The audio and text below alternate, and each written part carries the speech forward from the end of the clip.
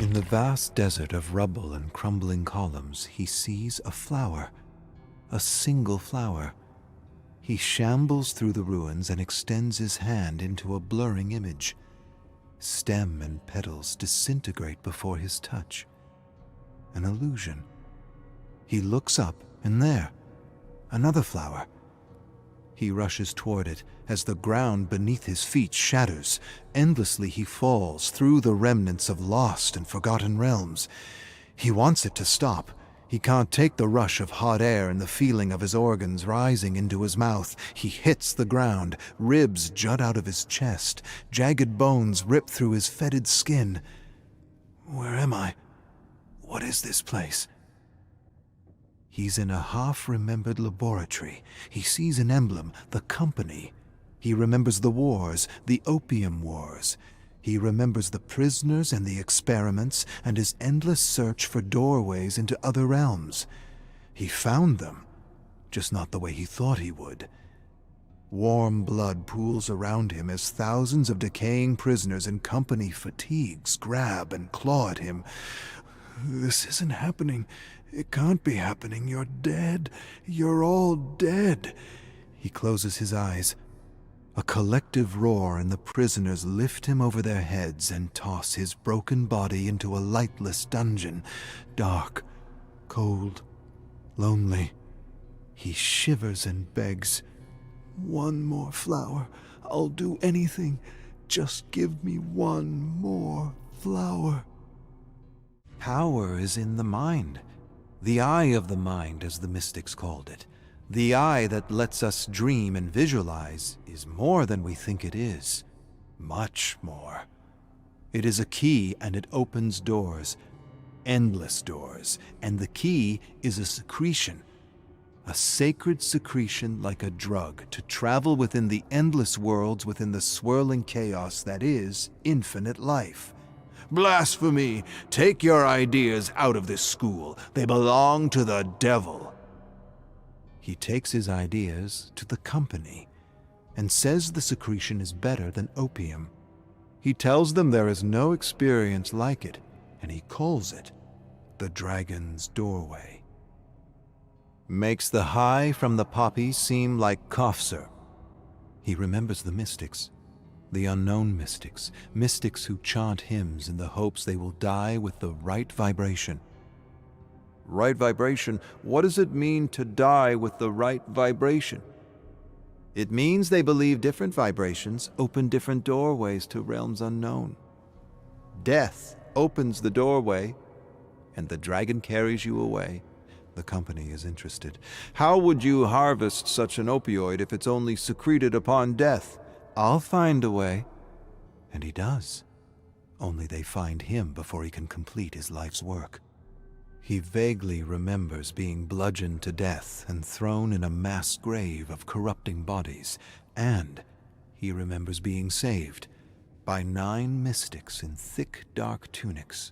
Where are the 9 now? What have they done with my research? Why did they try to stop me? Questions, so many questions. Where is my flower?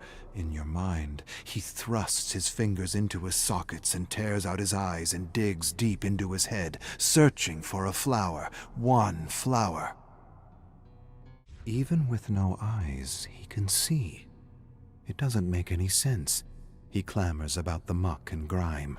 He slips and falls, and suddenly realizes he's clambering over a heap of rotting prisoners and addicts. He pushes through as the groveling men and women beg for more opioids, for tea, for syrup, for opium-laced candies. They make ridiculous promises. Take my house, my money, my children, take everything. Give me more, just a little more. They sound like him. He pushes through a blur of faces he vaguely recollects. Lives ruined, shattered, destroyed. Wasn't his fault. He hears a disembodied voice. Kill them all, and a flower you will have. He stares down at the agonizing men and women and withdraws his cane. Smashes through limbs and skulls furiously. Heads burst open like watermelons. Bones break like dry sticks. He doesn't stop until he stands atop a mountain of flesh, vomit, and gore. Where is it? Where's my flower? Find it! He falls to his knees and digs through the thick sludge of mangled humanity to search for a flower. Finds one. But just as he touches the flower, it withers away and disappears along with the remnants of his past. Talbot. My name is Talbot. He remembers his name as he stares at 9 hooded figures approaching him. He stumbles over a crumbling pillar with strange symbols written in a language he half remembers. He remembers the school, the secret school, and the mystics and the arcane knowledge they were protecting. He was getting too close, and he wasn't ready. Humanity wasn't ready. Knowledge without wisdom leads to self-destruction. He doesn't care about any of that. You condemned me. You all condemned me, left me to wither away. A hooded figure approaches him. You condemned yourself, Talbot. You condemned yourself. The 9 hooded figures disappear as a massive dragon bursts through the ground and peers down at him with dead black eyes. The hideousness of its face transcends anything he's ever read about, seen, or imagined. An ancient evil quickened with dark life. Talbot trembles in a fog of madness that envelops him. The ancient beast lashes out at him, snatches him in its talons, and swallows him whole. Mingled saliva and acid rips through his tunic and burns his skin to the bone.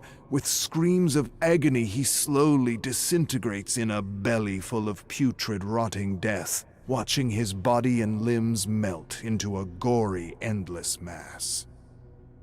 Talbot wakens in a mass graveyard of skeletons and decaying prisoners of the company. He blinks and shakes muck from his hallowed eyes. He vomits everything in his guts and doesn't understand what's happening to him. Nothing makes sense except for his hunger. Please, I will do anything. Give me what I ask, and I am yours. Give it to me. I need it. Vines suddenly burst through the decaying bodies and surround him. Flowers grow and bloom in all their glory. Beautiful golden serum drips like honey wherever his eye can see. He approaches one slowly and is scared to touch it. He extends his hand and touches the flower, and it doesn't wither away. He touches another and another. Nothing happens. He goes to grab the flower, but instead, the flower grabs him. Vines like tentacles burst out and wrap around him and rip through his veins. 9 hooded figures approach him with disapproving looks. Knowledge without wisdom leads to self-destruction. They inch up to him. Be careful what you wish for, Talbot. Be careful what you wish for.